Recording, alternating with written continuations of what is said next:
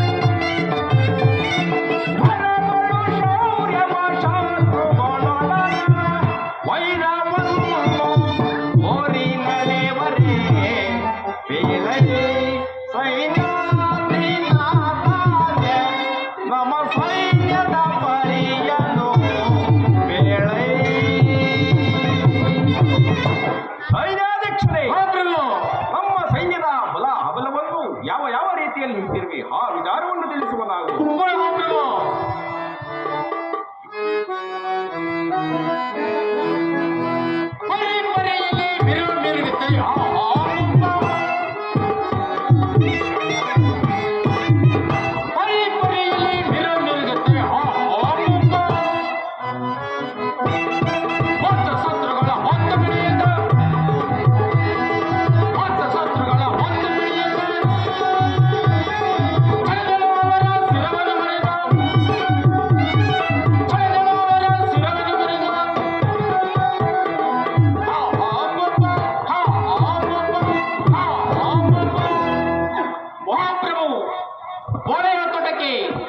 ಕಡನೆ ನುಗ್ಗಿದಂತೆ, ಕಡನೆ ಗುಪ್ಪಿಗೆ ಕೇಸರಿ ನುಗ್ಗಿದಂತೆ ನಮ್ಮ ಸೈನ್ಯವನ್ನು ಕಂಡರೆ ಪರಾರಾಜ ಸೈನ್ಯವು ಎದರಿ ಎದರಿ ದಿಕ್ಕಂಡಿ ಓಡಿ ಹೋಗೋರು. ಮತ್ತೇನಪ್ಪಣೆ? ಭಲೇ ಭಲೇ ಸೈನ್ಯಾಧ್ಯಕ್ಷರೇ, ನಿನ್ನ ವಾಕ್ಯಗಳನ್ನು ಕೇಳಿ ನಾನು ಆನಂದಭರಿತನಾದೆನು. ಮಹಾಮಂತ್ರಿಗಳೇ, ಅಸಹಾಯ ಸುರನಾದ ಸೈನ್ಯಾಧ್ಯಕ್ಷರು, ನಿಪುಣ ಬುದ್ಧಿಯುಳ್ಳ ಮಂತ್ರಿಯು ಈ ನನ್ನ ಆಸ್ಥಾನದಲ್ಲಿ ಇರುವಾಗ ನನಗೆ ಭಯವೆಂದರೇನು? ಸೈನ್ಯಾಧ್ಯಕ್ಷರೇ, ನಿನ್ನ ಸೈನ್ಯವನ್ನು ಸಂತೈಸಲು ನಿನ್ನನ್ನು ಹೊರಡುವನಾಗು. ಅಪ್ಪಣ ಪ್ರಭು ಮೊತ್ತ ಶತ್ರುಗಳ ಮುತ್ತು ಬಿಳಿಯಂತ ಮೊತ್ತ ಶತ್ರುಗಳ ಮುತ್ತು ಬಿಳಿಯಂತ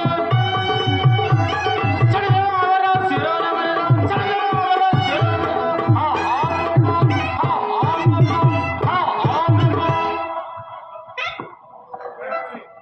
ಸಾರಣೆ ವರ್ತಮಾನವೇನು? ಆತನನ್ನು ಮರ್ಯಾದೆಯಿಂದ ನನ್ನ ಆಸ್ಥಾನಕ್ಕೆ ಬರಮಾಡುವರಾಗಿ.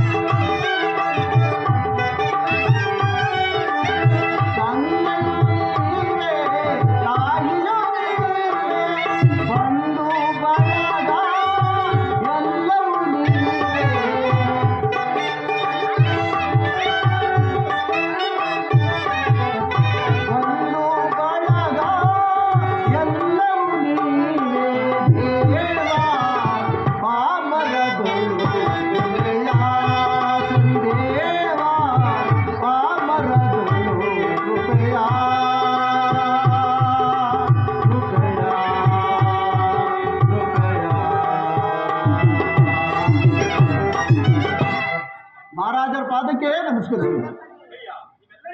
ಗಣವಾಯಿಲಿ ಬೆಲಕ್ಕೇರಿ. ಅಯ್ಯ, ನೀವು ಯಾರು? ಅಲ್ಲದೆ ಈ ಮಕ್ಕಳು ಯಾರು? ನೀವು ನನ್ನ ಆಸ್ಥಾನಕ್ಕೆ ಬಂದ ವಿಚಾರವೇನು? ಮೊದಲು ಅದನ್ನು ತಿಳಿಸುವನಾಗು. ಸ್ವಾಮಿ ಸ್ವಾಮಿ, ನಾನು ಒಬ್ಬ ದೇವದತ್ತನೆಂಬ ಬ್ರಾಹ್ಮಣನು. 7 ಅರ್ಧ ವರ್ಷದಲ್ಲಿ ನಮ್ಮ ತಂದೆಯರು ಸ್ವಸ್ಥರಾದರು. ಅಂದಿನಿಂದ ಉಣ್ಣಲು ಅನ್ನವಿಲ್ಲದೆ, ಒದೆಯಲು ಬಟ್ಟೆ ಇಲ್ಲದೆ ದೇಶ ತಿರುಗುತ್ತಿರುವ ನನ್ನನ್ನು ದಾರಿದ್ರ ದಾರಿದ್ರ ಎಂದು ಕರೆವರು ಸ್ವಾಮಿ. ಮಂತ್ರಿ, ಮಹಾಪ್ರಭು, ಈ ಬಡವನ ಸ್ಥಿತಿಗತಿಗಳನ್ನು ನೋಡಿದೆಯಾ ಮಂತ್ರಿ? ನೋಡಿದರು ಮಹಾಪ್ರಭು. ಮಂತ್ರಿ, ಈ ಪ್ರಪಂಚದಲ್ಲಿ ಸೃಷ್ಟಿಸಿದಂತ ಪರಮಾತ್ಮನು ಎಲ್ಲರನ್ನೂ ಒಂದೇ ಸಮನಾಗಿ ಹಿತಕ್ಕೆ ಇಡಬಾರದಾಗಿತ್ತು ಮಂತ್ರಿ. ಹೌದು ಮಹಾಪ್ರಭು. ಮಂತ್ರಿ, ಈ ಮಕ್ಕಳನ್ನು ನೋಡಿದರೆ ಊಟವಿಲ್ಲದೆ ಬಹಳ ಸಂಕಟ ಪಡುತ್ತಿರುವರು. ಈ ಮಕ್ಕಳನ್ನು ನಮ್ಮ ಅರಮನೆಗೆ ಕರೆದುಕೊಂಡು ಹೋಗಿ ಭೋಜನವನ್ನು ಮಾಡಿಸಿಕೊಂಡು ಬಾ ಮಂತ್ರಿ. ಆಗಬಹುದು ಮಹಾಪ್ರಭು. ಅಯ್ಯ ಮಕ್ಕಳಿರ, ಬನ್ನಿರಿ, ನಮ್ಮ ಅರಮನೆಯಲ್ಲಿ ನಿಮಗೆ ಊಟ ಭೋಜನವು ಹಾಕಿಸುತ್ತೇನೆ. ಸ್ವಾಮಿ ಸ್ವಾಮಿ, ನೀವ ಊಟ ಭೋಜನ ನನಗಲ್ಲದೆ ಈ ನನ್ನ ಬಡ ಮಕ್ಕಳಿಗೂ ಸಹ ಬೇಡವಾಗಿದೆ ಸ್ವಾಮಿ, ಬೇಡವಾಗಿದೆ. ಏನು, ನಾವು ಹಾಕಿಸುವ ಊಟವು ನಿನಗಲ್ಲದೆ ನಿನ್ನ ಬಡ ಮಕ್ಕಳಿಗೂ ಸಹ ಬೇಡವಾಗಿದೆ? ಬೇಡವಾಗಿದೆ ಸ್ವಾಮಿ. ಮಂತ್ರಿ, ಮಹಾಪ್ರಭು, ಈ ಮಕ್ಕಳು ಚಳಿ ಮಳೆ ಗಾಳಿಯಿಂದ ವಸ್ತ್ರವಿಲ್ಲದೆ ಗಡಾಗಡನೆ ನಡುಗುತ್ತಿರುವರು. ಈ ಮಕ್ಕಳನ್ನು ನಮ್ಮ ಅರಮನೆಗೆ ಕರೆದುಕೊಂಡು ಹೋಗಿ ವಸ್ತ್ರಾಭರಣಗಳನ್ನು ಕೊಡಿಸಿಕೊಂಡು ಬಾ ಮಂತ್ರಿ. ಆಗಬಹುದು ಮಹಾಪ್ರಭು. ಅಯ್ಯ ಮಕ್ಕಳಿರ, ಬನ್ನಿರಿ, ನಮ್ಮ ಅರಮನೆಯಲ್ಲಿ ನಿಮಗೆ ವಸ್ತ್ರಾಭರಣವನ್ನು ಕೊಡಿಸುತ್ತೇನೆ. ಸ್ವಾಮಿ ಸ್ವಾಮಿ, ನೀವು ಕೊಡಿಸುವ ವಸ್ತ್ರಾಭರಣವು ನನಗಲ್ಲದೆ ಈ ನನ್ನ ಬಡ ಮಕ್ಕಳಿಗೂ ಸಹ ಬೇಡವಾಗಿದೆ ಸ್ವಾಮಿ, ಬೇಡವಾಗಿದೆ. ಏನು, ನಾವು ಕೊಡಿಸುವ ವಸ್ತ್ರಾಭರಣವು ನಿನಗಲ್ಲದೆ ನಿನ್ನ ಮಕ್ಕಳಿಗೂ ಸಹ ಬೇಡವಾಗಿದೆ? ಬೇಡವಾಗಿದೆ ಸ್ವಾಮಿ. ಮಂತ್ರಿ, ಮಹಾಪ್ರಭು, ನಮ್ಮ ಅರಮನೆಯಿಂದ ಅಷ್ಟು ದ್ರವ್ಯವನ್ನು ತಂದು ಈತನ ಕೈಯಲ್ಲೇ ಕೊಡುವುದಾಗು ಮಂತ್ರಿ. ಆಗಬಹುದು ಮಹಾಪ್ರಭು. ಅಯ್ಯ ಮಕ್ಕಳಿರ, ಬನ್ನಿರಿ, ನಮ್ಮ ಅರಮನೆಯಿಂದ ನಿಮಗೆ ದ್ರವ್ಯವನ್ನು ಕೊಡಿಸುತ್ತೇನೆ. ಸ್ವಾಮಿ, ನೀವು ಕೊಡುವ ದ್ರವ್ಯವನ್ನು ಬಚ್ಚಿಟ್ಟುಕೊಳ್ಳಲು ನನ್ನಲ್ಲಿ ಸ್ವಲ್ಪ ಸ್ಥಳವೂ ಸಹ ಗತಿ ಇಲ್ಲ ಸ್ವಾಮಿ, ಸ್ಥಳವೂ ಸಹ ಗತಿ ಇಲ್ಲ. ಏನು ಹೇಳಿದೆ? ನಾವು ಕೊಡುವ ದ್ರವ್ಯವನ್ನು ಬಚ್ಚಿಟ್ಟುಕೊಳ್ಳಲು ಸ್ಥಳವೂ ಸಹ ಗತಿ ಇಲ್ಲವೇ? ಇಲ್ಲ ಸ್ವಾಮಿ. ಅಯ್ಯ ದಾರಿದ್ರರೇ, ಇಲ್ಲಿ ಬಾ. ಅಯ್ಯ, ನಮ್ಮ ಅರಮನೆಯ ಹಿಂಭಾಗದಲ್ಲಿ ನಿನಗೊಂದು ದೊಡ್ಡದಾದ ಮನೆಯನ್ನು ಕಟ್ಟಿಸಿಕೊಡುತ್ತೇವೆ. ಆ ಮನೆಯಲ್ಲಿ ನಾವು ಕೊಡುವ ದ್ರವ್ಯವನ್ನು ಬಚ್ಚಿಟ್ಟುಕೊಂಡು ನೀನು ಮತ್ತೆ ನಿನ್ನ ಮಕ್ಕಳು ಸಾಯುವ ತನಕ ಸುಖವಾಗಿ ಜೀವಿಸಬಹುದಲ್ಲವೇ? ಸ್ವಾಮಿ ಸ್ವಾಮಿ, ನೀವು ಕಟ್ಟಿಸಿಕೊಡುವ ಅರಮನೆಯು ನನಗಲ್ಲದೆ ಈ ನನ್ನ ಬಡ ಮಕ್ಕಳಿಗೂ ಸಹ ಬೇಡವಾಗಿದೆ ಸ್ವಾಮಿ, ಏನು ಬೇಡವಾಗಿದೆ. ಹೇಳಿದೆ? ನಾವು ಏನೇ ಕೊಡುತ್ತೇವೆ ಎಂದರೂ ಬೇಡ ಬೇಡ ಎಂದು ಹೇಳುತ್ತಿರುವೆಯಲ್ಲ. ಹಾಗಾದರೆ ನೀನು ನನ್ನ ಆಸ್ಥಾನಕ್ಕೆ ಬಂದ ವಿಚಾರವೇನು? ಮೊದಲು ಅದನ್ನು ತಿಳಿಸುವ ನಾವು. ಸತ್ಯವಂತ ವಿಕ್ರಮರಾಜರೆಂದು ತಿಳಿದು ನಾನು ಇಲ್ಲಿಗೆ ಬಂದಿರುವೆನು. ಏನು, ಸತ್ಯವಂತ ವಿಕ್ರಮರಾಜನ ಸತ್ಯವನ್ನು ಪರೀಕ್ಷೆ ಮಾಡಲು ಬಂದಿರುವೆಯಾ? ಹಾಗಾದರೆ ಮುಂದಿನ ವಿಚಾರ. ಮೊದಲೇ ನನಗೆ ಕರಭಾಷೆಯನ್ನು ಕೊಟ್ಟರೆ ಅನಂತರ ತಿಳಿಸುತ್ತೇನೆ ನಾನು ಬಂದಿರುವ ಸಮಾಚಾರವನ್ನು. ಏನು, ಬಡವನಾದ ನಿನಗೆ ನನ್ನಲ್ಲಿ ಕರಭಾಷೆ? ಮಂತ್ರಿ, ಮಹಾಪ್ರಭು, ಈತನು ಹೇಳುತ್ತಿರುವ ಮಾತಿಗೆ ನನಗೆ ಏಕೋ ತಲೆಯೇ ತೂಗುತ್ತಿರುವುದಲ್ಲ ಮಂತ್ರಿ. ಮಹಾಪ್ರಭು, ಏನೋ ಸಂಶಯ ಇರಬೇಕು. ಏನು ಸಂಶಯವೇ? ಛೆ, ಆ ಸಂಶಯವು ನಮ್ಮನ್ನು ಏನು ಮಾಡಬಲ್ಲದು? ಭ್ರಾಂತಿಯನ್ನು ಬಿಡು ಮಂತ್ರಿ. ಅಯ್ಯ ದಾರಿದ್ರನೇ, ನಿನ್ನ ಮಾತಿಗೆ ನಾನು ಸಮ್ಮತಿಸದೆ ಇದ್ದರೂ ಇರಬಹುದಾಗಿತ್ತು. ಆದರೆ ಈ ಮಕ್ಕಳನ್ನು ನೋಡಿದರೆ ನನಗೆ ಬಹಳ ಸಂಕಟವಾಗುತ್ತಿರುವುದು. ಆ ಪರಮಾತ್ಮನ ಪಾದ ಸಾಕ್ಷಿಯಾಗಿಯೂ ನಿನ್ನ ಮಾತಿಗೆ ಪ್ರತಿ ಉತ್ತರವೇ ಇಲ್ಲ. ಇದು ಕರಾಭಾಷೆಯನ್ನು ಕೊಡುವೆನೋ? ಮುಂದಿನ ವಿಚಾರವನ್ನು ತಿಳಿಸುವ ನಾವು. ಸ್ವಾಮಿ ಸ್ವಾಮಿ, ನನ್ನ ದಾರಿದ್ರ್ಯವನ್ನು ನೀವು ದಾರವಾಗಿ ತೆಗೆದುಕೊಳ್ಳಬೇಕೆಂದು ಚಿರವಾಗಿ ನಾವು ಬೇಡಿಕೊಳ್ಳುತ್ತೇವೆ. ಏನು, ನಿನ್ನ ದಾರಿದ್ರ್ಯವನ್ನು ನಾನು ದಾನವಾಗಿ ತೆಗೆದುಕೊಳ್ಳಬೇಕೆ? ಅಯ್ಯೋ ಮಂತ್ರಿ, ಮಹಾಪ್ರಭು, ಈ ದಾರಿದ್ರ್ಯವನ್ನು ನಾನು ದಾನವಾಗಿ ತೆಗೆದುಕೊಳ್ಳುತ್ತೇನೆಂದು ಕರಾಭಾಷೆಯನ್ನೇ ಕೊಟ್ಟಿರುವುದಲ್ಲ. ಇದಕ್ಕೇನು ಮಾಡುವುದು ಮಂತ್ರಿ? ಮಹಾಪ್ರಭು, ಕರಭಾಷೆ ಕೊಟ್ಟ ಮೇಲೆ ಅದರಂತೆ ನಡೆಯಬೇಕಲ್ಲವೇ? ನಿಜ ಮಂತ್ರಿ, ನೀನು ಹೇಳುತ್ತಿರುವ ಮಾತು ನಿಜ. ಅಯ್ಯ ದಾರಿದ್ರನೇ, ಒಂದು ಪಾತ್ರೆಯಲ್ಲಿ ಗಂಗೋದಕವನ್ನು ತರಿಸಿ ನಿನ್ನ ದಾರಿದ್ರ್ಯವನ್ನು ನನಗೆ ದಾನವಾಗಿ ಎರೆಯುವ ನಾವು. ನನ್ನಲ್ಲಿ ಪಾತ್ರೆಯೂ ಸಹ ಗತಿ ಇಲ್ಲ ಸ್ವಾಮಿ, ಪಾತ್ರೆಯೂ ಸಹ ಗತಿ ಇಲ್ಲ. ಏನು? ಒಂದು ಮಣ್ಣಿನ ಮಡಕೆ ಇತ್ತು, ಅದು ಸ್ಥಳದಲ್ಲೇ 3 ತೂತುವಾಗಿ ಒಡೆದು ಹೋಗಿತ್ತು. ಏನು, ಗಂಗೋದಕವನ್ನು ತರಲು ಒಂದು ಪಾತ್ರೆಯೂ ಸಹ ಗತಿ ಇಲ್ಲವೇ? ಇಲ್ಲ ಸ್ವಾಮಿ. ಅಯ್ಯೋ ಪಾಪ ಮಂತ್ರಿ. ಮಹಾಪ್ರಭು, ನಮ್ಮ ಅರಮನೆಯಿಂದ ಒಂದು ಪಾತ್ರೆಯಲ್ಲಿ ಗಂಗೋದಕವನ್ನು ತರಿಸಿ ತನ್ನ ಕೈಯಲ್ಲಿ ಕೊಡುವನಾಗು ಮಂತ್ರಿ. ಆಗಬಹುದು ಮಹಾಪ್ರಭು. ಯಾರಲ್ಲಿ ನಮ್ಮ ಅರಮನೆಯಿಂದ ಒಂದು ಪಾತ್ರೆಯಲ್ಲಿ ಗಂಗಾಧಕವು ನಮ್ಮ ಆಸ್ಥಾನಕ್ಕೆ ಜಾಗೃತಿಯಾಗಿ ಬರಮಾಡಿ. ಅಯ್ಯ ದಾರಿದ್ರನೇ, ಗಂಗಾಧಕವು ಸಿದ್ಧವಿರುವುದು ಸ್ವೀಕರಿಸು. ಸ್ವಾಮಿ, ಏಕಚಿತ್ತ ಮನೋಭಾವದಿಂದ ನಿಮ್ಮ ಕರಗಳನ್ನು ಮುಂದಕ್ಕೆ ಜೋಡಿಸಿ ನಿಂತರೆ ನನ್ನ ದಾರಿದ್ರ್ಯವನ್ನು ದಾನವಾಗಿ ಎರೆದು ಕೊಡುವೆನು. ಅಯ್ಯ ಹಾಗೇ ಆಗಲಿ.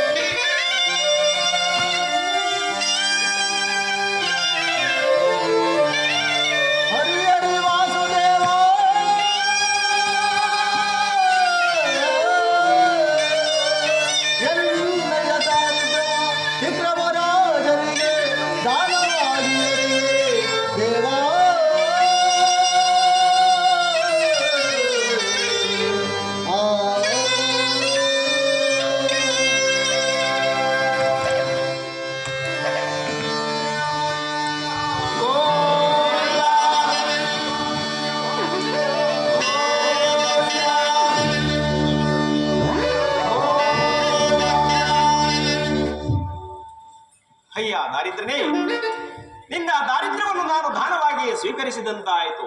ಇನ್ನು ಮುಂದಿನ ವಿಚಾರವನ್ನು ತಿಳಿಸುವ ನಾವು. ತಮ್ಮ ಅಪ್ಪಣೆಯಾದರೆ ನಾವಿನ್ನೂ ಹೋಗಿ ಬರುತ್ತೇವೆ ಸ್ವಾಮಿ. ಅಯ್ಯ, ಆ ಪರಮಾತ್ಮನು ನಿಮ್ಮೆಲ್ಲರಿಗೂ ಸನ್ಮಂಗಳವನ್ನು ಉಂಟು ಮಾಡಲಿ. ಹೋಗಿ ಬನ್ನಿ.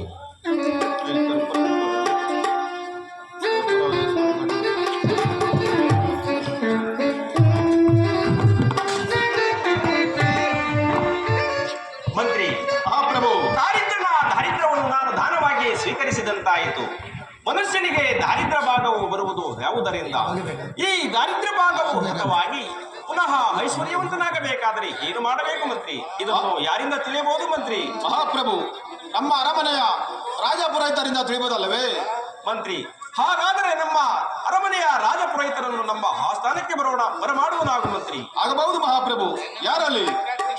ನಮ್ಮ ಅರಮನೆಯ ರಾಜಪುರೋಹಿತರನ್ನು ಜಾಗೃತಿಯಾಗಿ ನಮ್ಮ ಆಸ್ಥಾನಕ್ಕೆ ಬರಮಾಡಿ.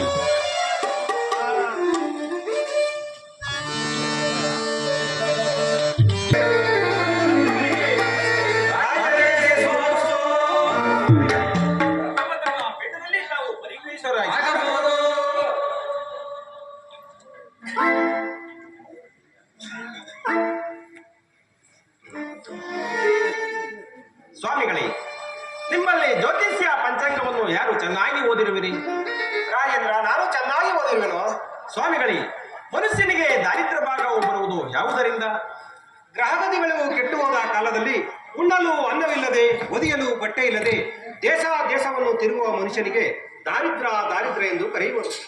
ಸ್ವಾಮಿಗಳೇ, ಈ ದಾರಿದ್ರ್ಯ ಭಾಗವು ಹತವಾಗಿ ಪುನಃ ಐಶ್ವರ್ಯವಂತನಾಗಬೇಕಾದರೆ ಏನು ಮಾಡಬೇಕು?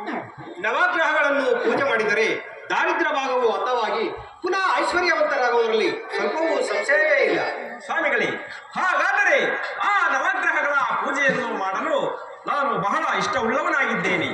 ಮೊದಲು ಯಾವ ಗ್ರಹದ ಪೂಜೆಯನ್ನು ಮಾಡಬೇಕು ಆ ವಿಚಾರವನ್ನು ತಿಳಿಸುವನಾಗಿ. ರಾಜೇಂದ್ರ, ಮೊದಲು ನಿನ್ನ ಅರಮನೆಯಿಂದ ಪೂಜಾ ಸಾಮಗ್ರಿಗಳು, ಓರ್ವ ಅರ್ಚಕನನ್ನು ಬರಮಾಡಿ, ಅನಂತರ ತಿಳಿಸುತ್ತೇವೆ. ಆಗಲಿ ಸ್ವಾಮಿಗಳೇ. ಮಂತ್ರಿ, ನಮ್ಮ ಅರಮನೆಯಿಂದ ಪೂಜಾ ಸಾಮಗ್ರಿಗಳು, ಓರ್ವ ಅರ್ಚಕರನ್ನು ಸಹ ನಮ್ಮ ಆಸ್ಥಾನಕ್ಕೆ ಬರಮಾಡುವ ನಾವು. ಆಗಬಹುದು ಮಹಾಪ್ರಭು. ಯಾರಲ್ಲಿ? ನಮ್ಮ ಅರಮನೆಯಿಂದ ಪೂಜಾ ಸಾಮಗ್ರಿಗಳು, ಓರ್ವ ಅರ್ಚಕರನ್ನು ಬರಮಾಡಿ.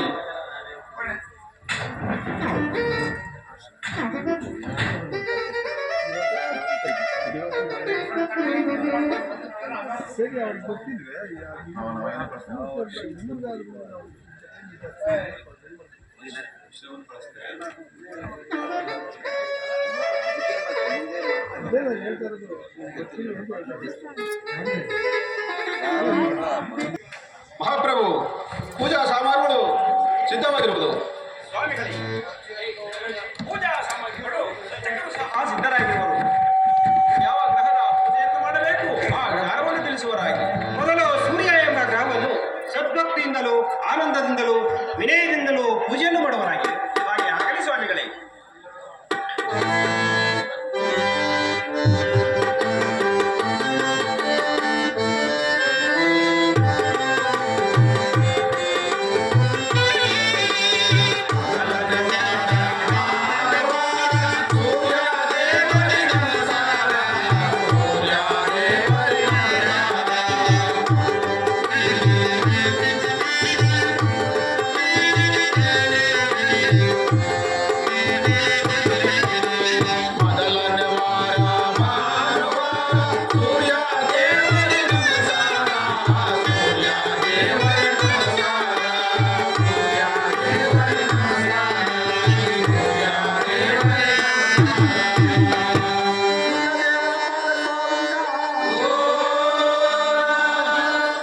ಸ್ವಾಮಿಗಳೇ, ಸೂರ್ಯನೆಂಬ ಗ್ರಹವನ್ನು ಸದ್ಭಕ್ತಿಯಿಂದಲೂ ವಿನಯದಿಂದಲೂ ಪೂಜೆಯನ್ನು ಮಾಡಿದ್ದಾಯಿತು.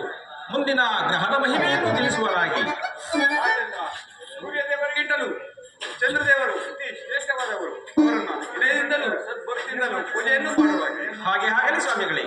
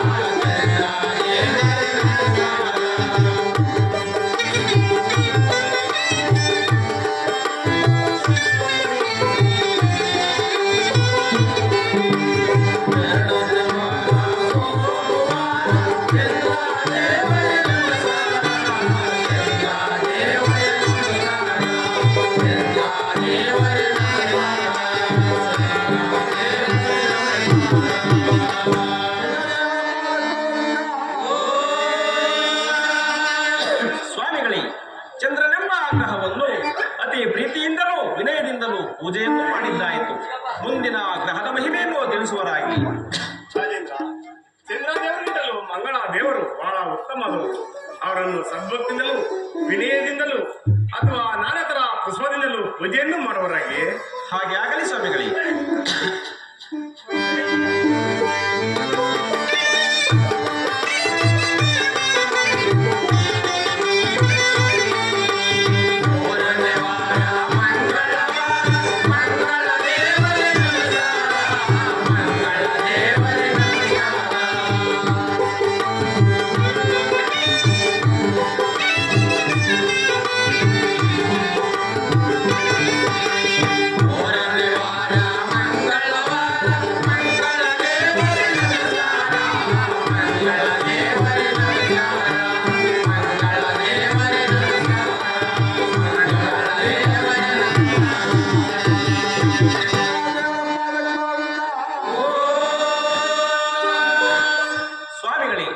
ಮಂಗಳವೆಂಬ ಗ್ರಹವನ್ನು ನಾನಾ ತರದ ಪುಷ್ಪಗಳಿಂದಲೂ ವಿನಯದಿಂದಲೂ ಪೂಜೆಯನ್ನು ಮಾಡಿದ್ದಾಯಿತು.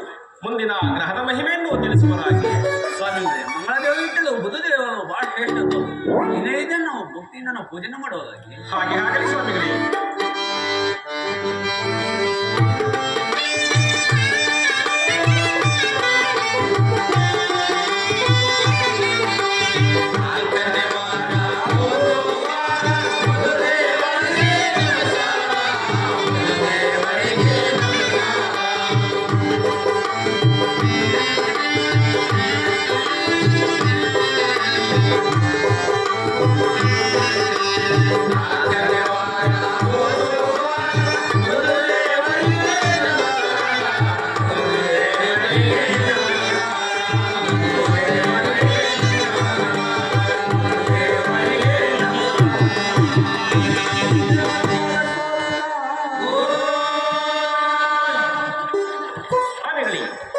ಬುಧನೆಂಬ ಗ್ರಹವನ್ನು ವಿನಯದಿಂದಲೂ ಭಕ್ತಿಯಿಂದಲೂ ಪೂಜೆಯನ್ನು ಮಾಡಿದ್ದಾಯಿತು. ಮುಂದಿನ ಗ್ರಹದ ಮಹಿಮೆಯನ್ನು ತಿಳಿಸುವರಾಗಿ. ಅವರನ್ನು ಭಕ್ತಿಯಿಂದ ವಿನಯದಿಂದ ಪೂಜೆ ಮಾಡುವರಾಗಿ. ಹಾಗೆ ಆಗಲಿ ಸ್ವಾಮಿಗಳೇ.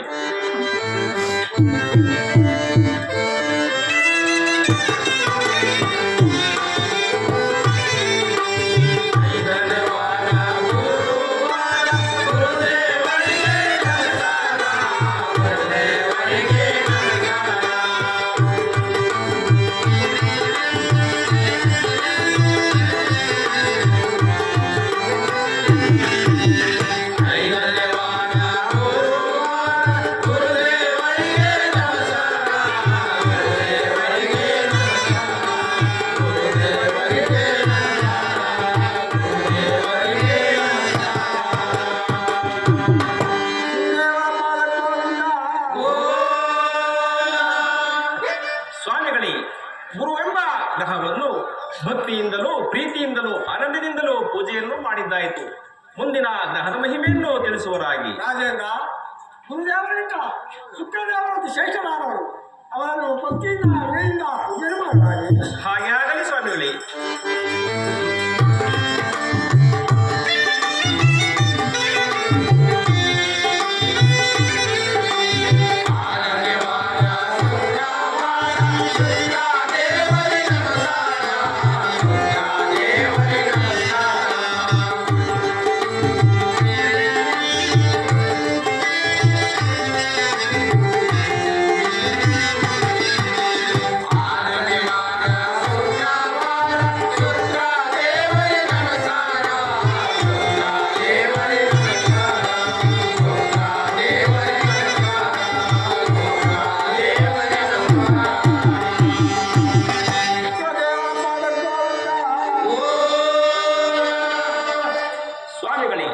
ಶುಕ್ರನೆಂಬ ಗ್ರಹವನ್ನು ಭಕ್ತಿಯಿಂದಲೂ ವಿನಯದಿಂದಲೂ ಪೂಜೆಯನ್ನು ಮಾಡಿದ್ದಾಯಿತು.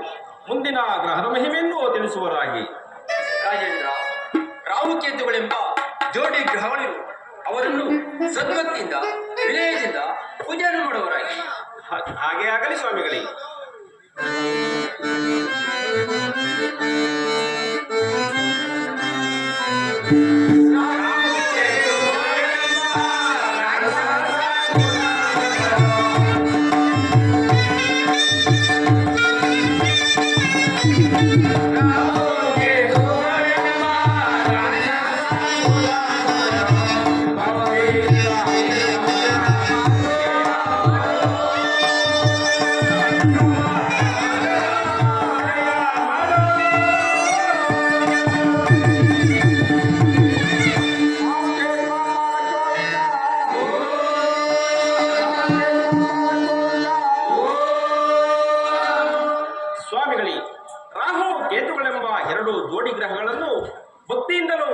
ಭಕ್ತಿಯಿಂದಲೂ ಪೂಜೆಯನ್ನು ಮಾಡಿದ್ದಾಯಿತು. ಮುಂದಿನ ಗ್ರಹದ ಮಹಿಮೆಯನ್ನು ತಿಳಿಸುವರಾಗಿ. ರಾಜೇಂದ್ರ, ಇವರೆಲ್ಲರೂ ಹೇಳಿದ ಗ್ರಹಕ್ಕಿಂತ ಇನ್ನೊಂದು ಶ್ರೇಷ್ಠವಾದ ಗ್ರಹವಿರುವುದು. ಅದರ ಹೆಸರನ್ನು ಹೇಳಲು ಈ ಹೆಸದಳವಾದ ಸ್ಥಳದಲ್ಲಿ ಏಕೋ ಭಯವೇ ಆಗುತ್ತಿರುವುದು. ಏ ಸ್ವಾಮಿಗಳೇ, ಇದುವರೆಗೂ 8 ಗ್ರಹಗಳನ್ನು ಪೂಜೆ ಮಾಡಿದ್ದಾಯಿತು. ಅದೊಂದು ಗ್ರಹವನ್ನು ಬಿಡುವುದುಂಟೆ. ಅದು ಎಂತಹ ಗ್ರಹವೇ ಆದರೂ ಸರಿ, ಪೂಜಿಸಲು ನಾನು ಬಹಳ ಇಷ್ಟವುಳ್ಳವನಾಗಿದ್ದೇನೆ. ಅವರ ಚರಿತ್ರೆಯನ್ನು ತಿಳಿಸುವರಾಗಿ. ರಾಜೇಂದ್ರ, ಮೊದಲು ಶನಿ ಎಂಬ ಗ್ರಹವನ್ನು ಸದ್ಭಕ್ತಿಯಿಂದಲೂ ಆನಂದದಿಂದಲೂ ವಿನಯದಿಂದಲೂ ಪೂಜೆಯನ್ನು ಮಾಡುವವರೆಗೆ ಆಗಲಿ ಸ್ವಾಮಿಗಳೇ. ಅನಂತರ ಅವರ ಚರಿತ್ರೆಯನ್ನು ತಿಳಿಸುತ್ತೇವೆ. ಹಾಗಲಿ ಸ್ವಾಮಿಗಳೇ.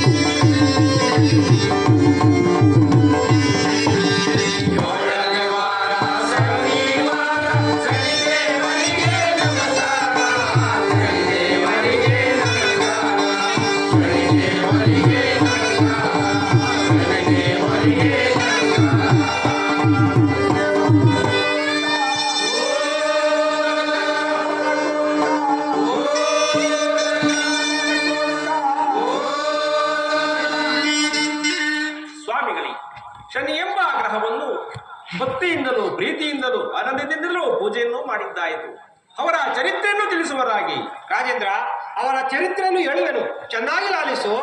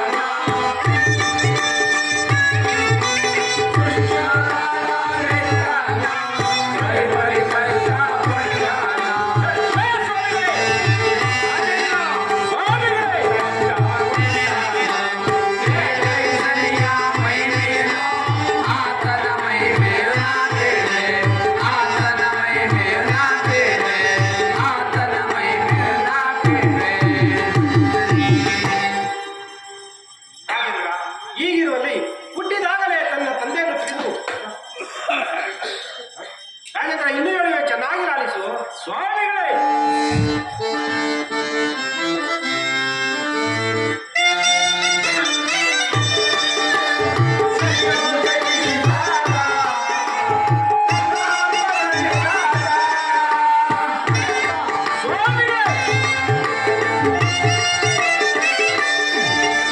ಸನಿಯು ಜನಿಸಿದಾಗ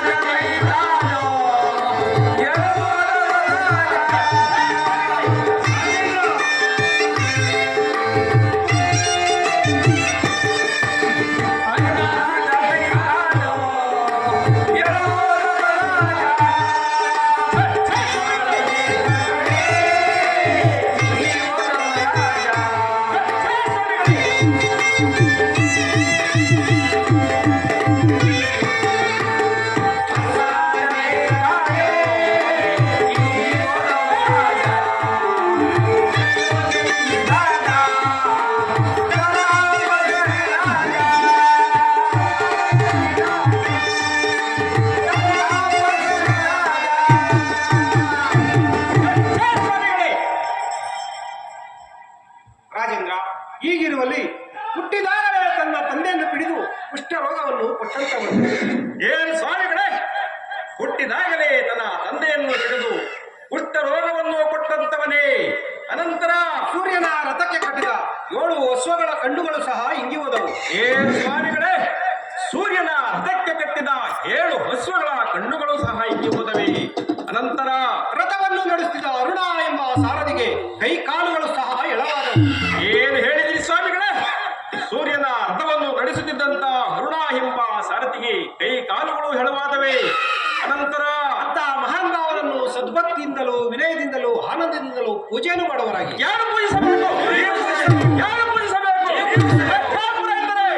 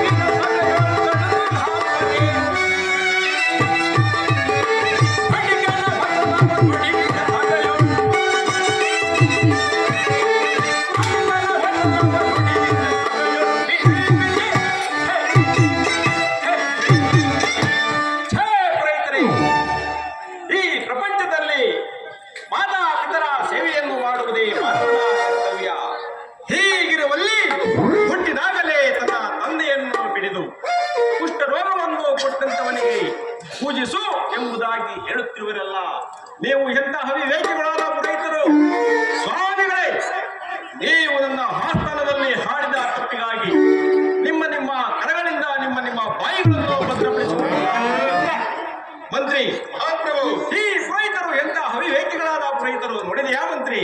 ಮಹಾಪ್ರಭು, ಇವರು ಒಳ್ಳೆಗಳಾದ ಬ್ರಾಹ್ಮಣರ ಹೆಸರಿ ನಮ್ಮ ಅರಮನೆಯ ಮುದಿಗಳು ಹೆಚ್ಚಾಗಿ ಕಪ್ಪು ಮಂದಿ ತರ ಮಾತನಾಡುತ್ತಿರುವರು. ಅಲೆ ಮಂತ್ರಿ, ಸರಿಯಾಗಿ